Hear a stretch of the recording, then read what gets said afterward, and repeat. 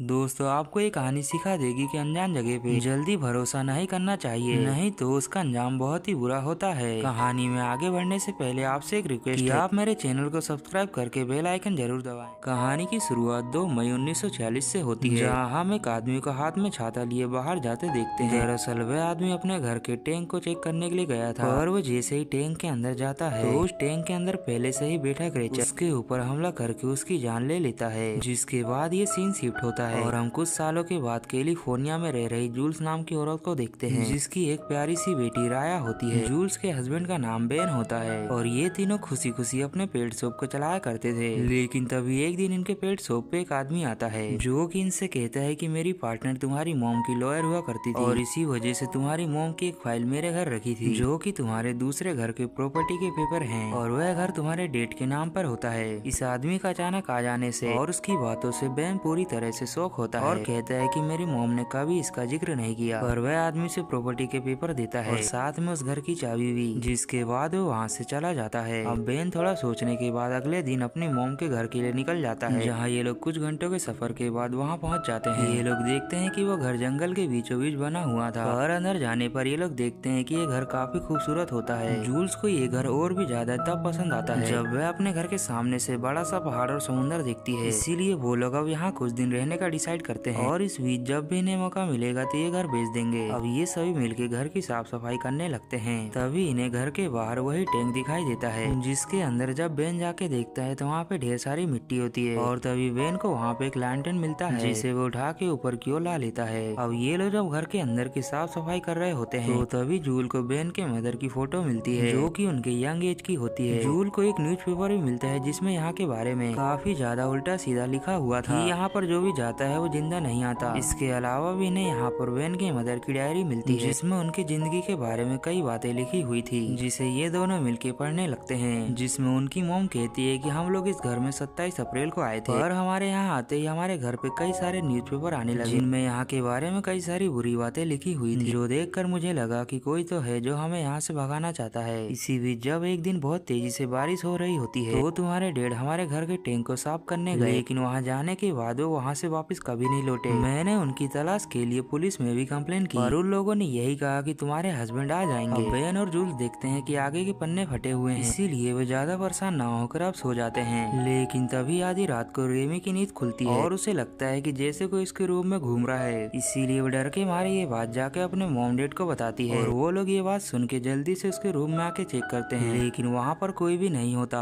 इसीलिए अब वो रेमी को अपने पास ही सुला लेते हैं और इसके बाद हम अगले दिन का समय देखते हैं, जहाँ बेन उस टैंक में पानी भरने की तैयारी कर रहा होता है। जहाँ उस टैंक की पूरी तरह से सफाई करने के बाद वो देखता है इस टैंक के अंदर एक छोटी सी गुफा होती है जो कि किसी और ही रास्ते जा रही होती है। और ये देखने के बाद भी बेन ज्यादा भ्रमित नहीं होता क्योंकि उसका ध्यान अभी किसी भी तरह से घर में पानी लाना है। जहाँ सारे कनेक्शन जोड़ने के बाद वो घर में पानी ला लेता है और वह इसके साथ ही जूल्स को एक मरा हुआ जीव दिखाता है जो कि उसे टैंक के अंदर से ही मिला है। और जैसा कि हम लोग जानते हैं कि ये लोग एनिमल को पालते हुए बेचते हैं, इसीलिए जूल इस जीव को एक ही पल में पहचान जाती है। ये लोग पानी में रहते हैं और वो ये सोच के हैरान थी कि ये जीव टैंक में कैसे आया। इसी बीच हम रेया को देखते हैं जो कि टैंक में झांक रही होती है और उसे महसूस होता है कि कोई तो इस टैंक में है और वो काफी डर जाती है। लेकिन तभी उसकी आवाज को सुन के उसके मॉम डैड आके उसे संभालते हैं। इसके बाद इनके घर पे मेरी नाम की एक औरत आती है जो कि दरअसल रियल एस्टेट का काम करती थी, इसीलिए वो कहती है कि जब मुझे पता चला कि आप लोग इस घर को बेचना चाहते हो तो मैं यहाँ चली आई। वह कहती है कि मेरे क्लाइंट इस घर को खरीदना चाहते हैं जिसके लिए वो तुम्हें काफी मोटी रकम दे सकते हैं। और जब मेरी बेन और जूली को रकम बताती है तो वो लोग खुश हो जाते हैं क्योंकि जो रकम उन लोगों ने इस घर की सोची थी वो इससे ज्यादा थी, इसीलिए वो घर बेचने के लिए मान जाते हैं। मेरी कहती है कि ठीक है, मैं अपने क्लाइंट को कल यहाँ पे लेके आऊंगी, जिसके बाद हम बाकी की बातें उनके साथ ही करेंगे। लेकिन जब मेरी वहाँ से अपनी कार में बैठ के निकलने वाली होती है तो तभी अचानक से कोई क्रीचर उसके ऊपर हमला कर देता है और चीखों की आवाज के साथ उसकी जान ले लेता है। इधर उसकी आवाज को जूल और बेन भी सुन लेते हैं और वह इस बात को ज्यादा नोटिस ना करके सो जाते हैं। जिसके बाद हम अगली सुबह का समय देखते हैं, जहाँ बेन देखता है कि पानी काफी ज्यादा गंदा आ रहा है, इसीलिए वो दोबारा उतरता है टैंक में चेक करने के लिए, जहाँ वो देखता है कि टैंक के अंदर तो पानी काफी ज्यादा हो गया होता है और इसके साथ ही उसे टैंक के अंदर एक रकून मरा हुआ दिखाई देता है, जो देखकर वह हैरान होता है कि आखिरकार यहाँ पे आया कैसे। तभी उसे पानी के अंदर एक लॉकेट भी मिलता है जिसे लेकर ऊपर आ जाता है। जिसके बाद बेन अपनी वाइफ को बताता है कि ये लॉकेट मेरी बहन का है जो कि बचपन में ही मारी गई थी। अब उसी शाम बेन को शहर जाना होता है, इसलिए वो निकल जाता है। लेकिन रास्ते में देखता है मेरी की कार को, जिसके चारों ओर बड़े बड़े ध्यान से वो देखने लगता है कि तभी उसे मेरी की कटी फटी लाश दिखाई देती है, जो देखकर वो सबसे पहले भागते हुए जाके पुलिस को इन्फॉर्म करता है और फिर वह जल्दी घर पहुंच जाता है, जहां जाकर वो सबसे पहले अपने घर वालों को सुरक्षित करता है। जिसके बाद वो कहता है कि मेरी की किसी ने हत्या कर दी। तभी जूल उससे कहती है कि तुम्हारी मोम की डायरी के आधे पन्ने मुझे मिल गए, जिसमें उन्होंने लिखा था कि इस घर के टैंक में क्रेचर रहता है, जो कि समय समय पे बाहर निकल के लोगों की जान लिया करता है, और उसने ही तुम्हारी बहन और डेड को मारा है। वह इस बात को दुनिया को बताना चाहती थी, और वह किसी वजह से डायरी को ले जाना यहाँ से भूल गई और अपनी जान बचा के यहाँ से भाग गई। अब ये जानने के बाद ये सभी के सभी अलर्ट हो जाते हैं। इतने में वो पुलिस वाला भी वहाँ पे आ चुका था, जिसे घर तक लाने के लिए बेन जंगल में चला जाता है, और तभी वो क्रेचर उस पुलिस वाले के ऊपर हमला कर देता है। जब वह क्रेचर पुलिस वाले को मार रहा होता है तो उसे ऐसा करते दूर से बेन देख लेता है, और ये नजारा देखने के बाद वो पूरी तरह से हैरान हो जाता है, इसीलिए वो भागता हुआ जल्दी से घर में जाता है।